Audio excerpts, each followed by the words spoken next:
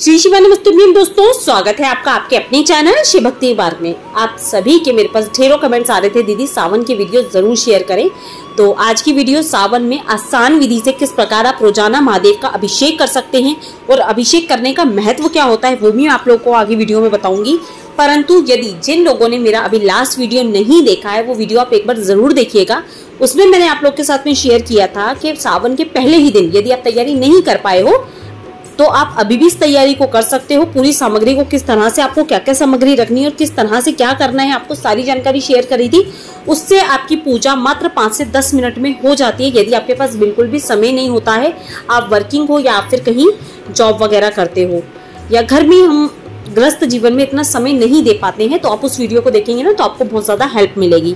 तो चलिए हम वीडियो को शुरू करते हैं कि सावन में महादेव का अभिषेक हम किस प्रकार करें और सरल विधि से अभिषेक और सारी जानकारी आप लोग के साथ में शेयर करूंगी। वीडियो अच्छा लग जाए तो वीडियो को लाइक करना बिल्कुल मत भूलिएगा। चैनल पर पहली बार आ रहे हैं और मेरी आवाज पहली बार सुन रहे हैं तो शिव भक्ति मार्ग को सब्सक्राइब जरूर करिएगा। देखिए, सबसे पहले आप स्क्रीन पर देख पा रहे होंगे, सबसे पहले हम उल्टे हाथ में जल लेंगे। सीधे हाथ से अपने नेत्रों को लगाकर अपने ऊपर जल छिड़केंगे, अपना पवित्रीकरण करेंगे। इसके बाद हाथ में 3 बार जल लेकर ओम केशवाय नमः, ओम माधवाय नमः, ओम विष्णवे नमः कहते हुए जल को हमें ग्रहण कर लेना है और हाथों को धो लेना है। यह इसलिए किया जाता है, किसी भी पूजा में खुद का पवित्रीकरण सबसे ज्यादा आवश्यक होता है। अब इस पूजा को आप चाहें तो अपने घर के मंदिर में कर सकते हैं, चाहे तो पाटा लगा के अलग से भी कर सकते हैं। मैं रोजाना क्योंकि पार्थिव शिवलिंग का पूजन करती हूँ इसलिए मैं चौकी लगा के ही करती हूँ और मैंने यहाँ पर दीप प्रज्वलित कर दिया है।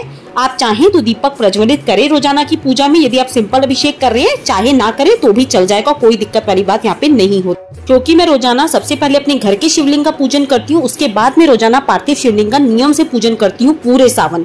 तो इसीलिए मैंने यहाँ पर दीप पहले प्रज्वलित कर लिया है। आप चाहें तो दीपक बिल्कुल प्रज्वलित करें क्योंकि दीपक आपकी पूजा का साक्षी माना जाता है। अब सबसे पहले हमने महादेव के ऊपर जल अर्पित करा और कच्चे दूध से मैं महादेव का अभिषेक कर दूंगी। यदि आप दूध, दही, घी, शक्कर, शहद सारी चीजें अर्पित करना चाहते हैं, समय है आपके पास तो बिल्कुल करें, नहीं तो पंचामृत बनाकर भी महादेव का अभिषेक कर सकते हैं। और कच्चा दूध यदि नहीं आपको मिल रहा है तो गंगा जल या केवल जल से भी महादेव का अभिषेक कर सकते हैं साधारण तरीके से। अब अभिषेक करने के पश्चात हम भगवान को साफ स्वच्छ कपड़े से पोंछ देंगे, जिसे हम अंग प्राशन बोलते हैं। पहुंचने के बाद ये जो जल आपको दिख रहा होगा, दूध वाला जो जल है, इसे मैं एक पात्र में अलग निकाल दूंगी। इसको आपको किसी भी क्यारे में डाल देना है, पर तुलसी के क्यारे में नहीं डालना है। थोड़ा सा जल में मिला के आप अपने घर में इसके छींटे जरूर दीजिएगा। महादेव के स्नान का जल होता है, बहुत ही पवित्र माना जाता है, पंचामृत के तौर पे ग्रहण भी किया जाता है। अब महादेव को हम बेलपत्र का आसन देते हुए स्थान दे देंगे, यानी कि बेलपत्र के ऊपर विराजमान कर देंगे। यदि आपको रोजाना बेलपत्र नहीं मिल पाता है तो आप चांदी के बेलपत्र घर में लाके अवश्य रखिए। अभी मैं मार्केट से लाई थी, 40 रुपए का मुझे एक मिला था, तो आपके भी आसपास यदि चांदी के बेलपत्र मिलते हो तो लाके अवश्य रखिएगा। अब हम भगवान की घी और इत्र से मालिश करेंगे। मालिश करते समय एक बात का विशेष ध्यान रखें, अंगूठे का प्रयोग हमें नहीं करना चाहिए।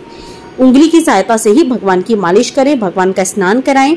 इसके बाद आप हमेशा मुझसे पूछते हैं, दीदी ये जो आपने शिवलिंग लिए है वो कहाँ से लिए हैं? तो शिवलिंग जो मेरे हैं, जो आप पिंडी देख रहे हो, जो मैं श्रृंगार कर रही हूँ महादेव की पिंडी का, ये पिंडी नर्मदेश्वर पिंडी है जो कि मैं ओंकारेश्वर से लेकर आई थी। और जो माता के हस्त कमल आपको जो जलाधारी दिख रही है वो मैंने चांदी की बनवाई थी, क्योंकि घर में रखने के लिए सर्वश्रेष्ठ शिवलिंग नर्मदेश्वर शिवलिंग ही बतलाए गए हैं। और यदि सावन में आप अपने घर में शिवलिंग को स्थापित करना चाहते हैं तो नर्मदेश्वर शिवलिंग जरूर स्थापित करें, ना तो नर्मदेश्वर शिवलिंग की प्राण प्रतिष्ठा की जरूरत पड़ती है। और ये शिवलिंग आपको उज्जैन, ओंकारेश्वर में या फिर जो भी आपके आसपास शिवालय हो, वहाँ पे कोई पूजा घर हो, वहाँ पर भी आपको आराम से ये शिवलिंग मिल जाते हैं। इसके पश्चात हमने भगवान को चंदन से श्रृंगार कर दिया है। पीला अष्टगंध चंदन लिया है, मैं काशी अष्टगंध चंदन का प्रयोग करती हूँ। इसके बाद में हम भगवान को वस्त्र स्वरूप कलावा अर्पित कर देंगे। कच्चा सूत में रखती हूँ, 7 बार लपेट कर उसको जनेऊ के स्वरूप में हम भगवान को अर्पित कर देते हैं। तो आपको कच्चा सूत अवश्य रूप से अपने घर में रखना ही चाहिए। यदि जनेऊ उपलब्ध नहीं हो पाता है तो फिर आप कच्चे सूत का जनेऊ भगवान को चढ़ा सकते हैं। इसके पश्चात आपको एक चीज का विशेष ध्यान रखना चाहिए, सावन में यदि कोई भी मनुष्य शिव महापुराण के अनुसार शिवलिंग का अभिषेक करता है तो उसके जीवन का समस्त विष, समस्त संताप, समस्त कष्ट महादेव हर लेते हैं। तो सावन में अभिषेक जरूर करें महादेव का। अब यहाँ पे आप स्क्रीन पे देख रहे होंगे, मैंने भगवान को गुलाल, चंदन, चावल, भांग, धतूरा, भस्म मेरे पास जो भी थी सारी चीजें मैंने अर्पित करी हैं। सूखी भांग, शिवलिंगी और नाग केशर, ये 3 चीजें आपको मार्केट में बहुत आसानी से मिल जाती है। सावन में ये जरूर चढ़ानी चाहिए आपको मनोकामना पूर्ति के लिए, और भगवान की सर्वश्रेष्ठ प्रिय वस्तुओं में से एक मानी जाती है। धतूरा अर्पित कर दिया है भगवान को। यहाँ पे रुद्राक्ष की माला मैंने अपने हाथों से बनाई थी, 11 रुद्राक्ष है इसमें। इसके पश्चात हम भगवान को अर्पित कर देंगे बेलपत्र। बेलपत्र आप 5, 11, 21 की संख्या में, 108 की संख्या में अवश्य रूप से भगवान को चढ़ाएं। सावन के दिन तो 1008 बेलपत्र चढ़ाने का भी विधान शास्त्रों में बतलाया गया है। और बेलपत्र चढ़ाते समय हाथों का ध्यान जरूर रखें। बीच की 2 उंगलियां और अंगूठे का प्रयोग किया जाता है। और सफेद रंग के जो भी मुझे पुष्प मिल पाए, धतूरे के पुष्प मेरे को मिल गए थे, मैंने वो भी चढ़ाए हैं। आपको देखिए जो चीजें आसानी से मिल जाए, भगवान केवल भक्ति भाव के भूखे होते हैं। यदि आपको ये सारी सामग्री उपलब्ध नहीं भी होती है ना, तो भी आप केवल जल का अभिषेक करके भी महादेव को प्रसन्न कर सकते हैं। जल की पतली धार शंगी की सहायता से अभिषेक करते रहे और ओम नमः शिवाय का जाप करते हुए भी आप भगवान का अभिषेक कर सकते हैं, क्योंकि भगवान को जल की धारा अत्यधिक प्रिय होती है। अब यहाँ पर रोजाना मैं कुछ नहीं ज्यादा कर पाती, तो मैं मिश्री का केवल भोग लगा देती हूँ। भगवान को धूप दीप मैंने दिखा दी है। धूप दीप दिखाने के बाद आपको एक बार हाथ जरूर धो लेने चाहिए, क्योंकि हमारे हाथ दूषित हो जाते हैं। आरती भगवान को दिखाने के बाद भगवान को जल का भोग जरूर लगाएं। अब केवल कर्पूर से मैं भगवान की आरती कर दूंगी। और रोजाना मैं इसी तरह से भगवान का अभिषेक और पूजन करती हूँ। जो मेरे घर में शिवलिंग है, इनके पश्चात मैं रोज मिट्टी के पार्थिव शिवलिंग बनाती हूँ।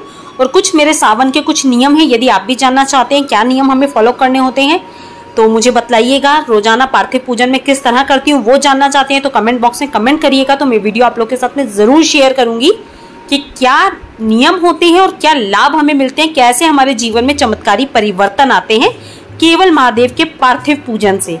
तो वीडियो अच्छा लगा हो आज का तो वीडियो को लाइक करिएगा। चैनल पर पहली बार आ रहे हैं और मेरी आवाज पहली बार सुन रहे हैं तो शिव भक्ति मार्ग को सब्सक्राइब जरूर कर लीजिएगा। और यदि आप कुछ नहीं भी कर पाते हैं तो महादेव को केवल 1 लोटा जल में गंगा जल मिलाकर भी आप महादेव का अभिषेक कर सकते हैं और बेलपत्र अर्पित